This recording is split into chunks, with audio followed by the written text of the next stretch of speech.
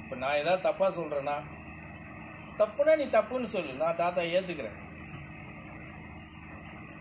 ஆனால் அவனுக்காக உன்னையே நான் பலி கொடுக்க தயாராக இல்லை.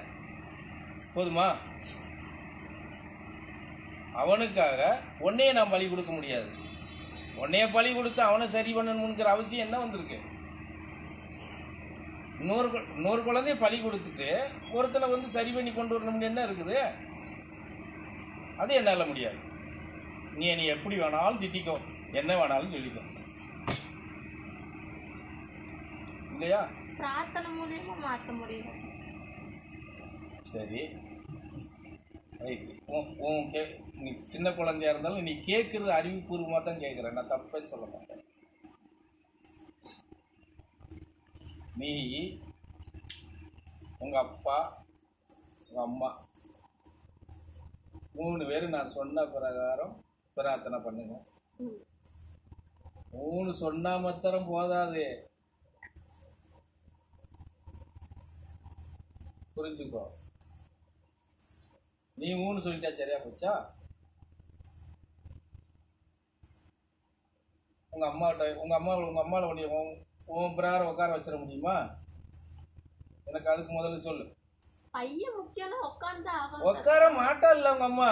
பையன் முக்கியம்னு சொல்லத்தான் செய்வா. அதுக்கான முயற்சி உங்க அம்மா என்ன பண்ணி இருக்கிறா எனக்கு சொல்லு. இது வரைக்கும் என்ன பண்ணிருக்கு?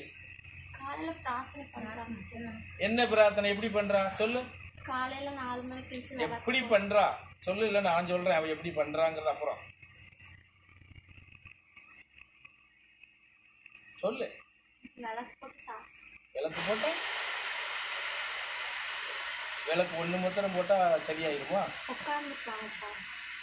எவ்வளவு நேரம் உட்காந்துருக்க?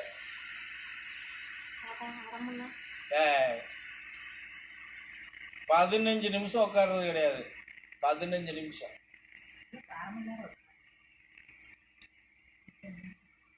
12 மணிக்கு அப்புறம் மாட்டிக்கிடுவேன்ட்ட ப்ரூவ் பண்ணுவேன் நான். வாயிட்டு சொன்னா மாத்திரம் போதாது. நீ வீட்டில் 1/2 மணி நேரம் உட்காரனா இங்க 40 நிமிஷம் தாராளம் உட்காரலாம். 12 மணிக்கு மேல இன்னைக்கு உட்கார வைக்க போறேன்ல, அப்ப தெரிஞ்சிடும்.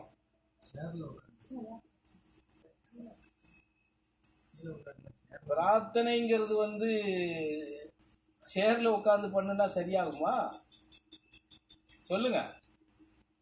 ஒரு கடினமான விஷயத்துக்கு நம்ம எடுத்துட்டு போகும்போது அந்தந்த ஸ்தானத்துல உட்கார்ந்து பண்ணுனா தான் அது ஜெயிக்க முடியும். யதார்த்த நிலைக்கு நம்ம ஒரு இதுக்கு நீங்க உட்கார்ந்துக்கலாம், அப்படி இது அப்படி இல்லையே. சமதளத்துல உட்காரணும் சாமி. கீழே ஒரு துண்டு விரிச்சுக்கோ, இல்லை ஒரு போர்வையை விரிச்சுக்கோ. சமதளத்துல உட்காந்து நீ சம்மணம் போட்டு உட்காந்து நீ பண்ணு.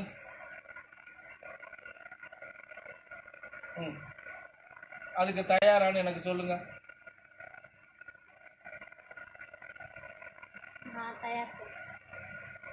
நான் முதல்ல சொல்லிட்டேன், உன்னைய பழி கொடுக்க நான் தயார் இல்லைன்னு சொல்லிட்டேன். நீ அவங்க 2 பேத்துக்கு சப்போர்ட் தான் பண்ண முடியும், புரிஞ்சதா? இதுல இன்னும் சொல்ல போனா அதி தீவிரமான பிரார்த்தனையும் அதி தீவிரமான விரதமும் யாரு கடைபிடிக்கணும்னா உங்க அம்மா தான் கடைபிடிக்கணும். பெத்தவாவ தானே.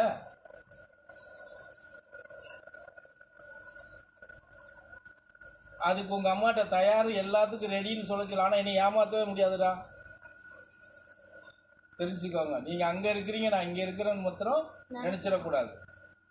ஆமா, பரிகாரம்னு ஒன்று கொடுத்துட்டோன்னா நான் உங்களை விட ரொம்ப முழிப்பா இருப்பேன். ஏன்னா நான் சொன்ன வார்த்தை பொய்யாயிடக்கூடாது இல்லையா? என்ன சாமி, நீங்க அசால்ட்டா சொல்லிட்டு போயிருவீங்க. ஆனா நான் கொடுத்த வாக்கு எனக்கு பொய்யாக கூடாது. நான் அதுல ரொம்ப உஷாரா இருப்பேன், தப்பிக்கவே முடியாது. நீங்க அப்படி செய்யறதா இருந்தா 2 வருஷத்துக்கு முன்னாடியே உங்க அண்ணனை ஒரு நிலைக்கு கொண்டு வந்திருக்கலாமாப்பா. அப்ப இவ்வளவு இது கூட கிடையாது. ராமேஸ்வரன் என் பின்னாடி தானே வந்தான். நில்லுன்னா நின்னால, எங்க போறேன்னு கேட்டா நான் போகல தாத்தானே என் கூட நின்னால. அப்படி இருந்த இன்னைக்கு ஏன் அப்படி இருக்கான்? வரமாட்டான்னு சொல்லுச்சு. உங்கள் அப்பா தான் சொன்னார். தாத்தா கூப்பிட்றாரா ராமேஸ்வரத்துக்கு வான்னு சொல்லுங்க வருவான்னு சொன்னேன். வந்தான்ல,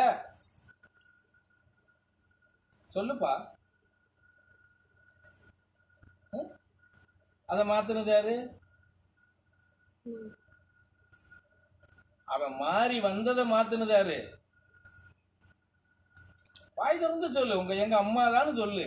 அதுக்கு எதுக்கு தயங்குற? அவனே சோறு வாங்கி சாப்பிட ஆரம்பிச்சான். வாங்கி சாப்பிட்டான் இல்ல, அதை நிறுத்தினது யாரு?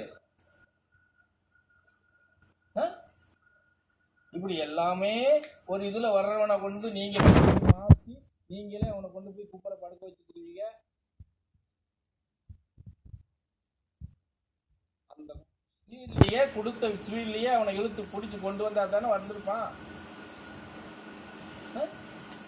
அப்பவே சொன்னேன், அவனுக்கு பயந்து ஓடாத, பட்னியா கிடக்கட்டும் சொன்னா இல்லையா? கேட்டீங்களா உங்க அம்மாவும் நீயும்?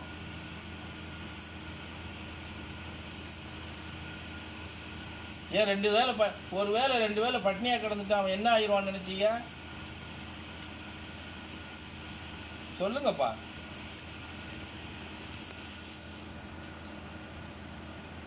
நான் அவனை குறையே சொல்ல மாட்டேன். குறையெல்லாம் உங்கள்கிட்ட தான் இருக்கு.